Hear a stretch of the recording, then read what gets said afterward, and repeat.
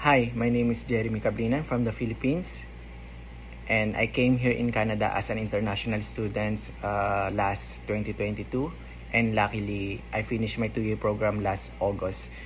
And sobrang swerte natin because after I finished my program, nag-apply agad tayo ng PGWP ko, and nakuha natin siya last week lang, a 3 years work permit. And as an international student, sobrang challenging talaga siya, lalo na sa akin because kailangan kong pagsabayin yung full-time work ko and yung studies ko. Pero sobrang thankful ako and grateful kasi sobrang lakas ng support system ko dito sa Canada. Shout out sa mga tita ko nandito.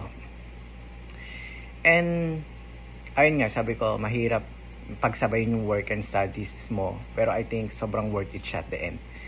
And right now, ang dami kong nararamdaman na emotions ngayon, and halo-halo siya. Pero on top of that, sobrang saya ko and sobrang excited kung ano magiging kakalabasan nito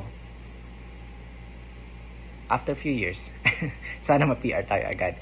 And of course, thank you kay Ma'am Odette who processed my applications sa pagiging international student ko until now sa pag-aasikaso ng PGWP ko. And siguro ang nilulook forward ko ngayon na nabigyan ako ng 3 years work permit is that PR. Let's see, dahil sa pabago-bagong policy ng immigration ngayon, pero I think and I believe na makukuha ko yun kung para sa akin yun. So sa lahat ng mga international student dyan or sa mga nangangarap pumunta dito bilang international student, it's very challenging pero it's worth the risk. Thank you. Bye-bye.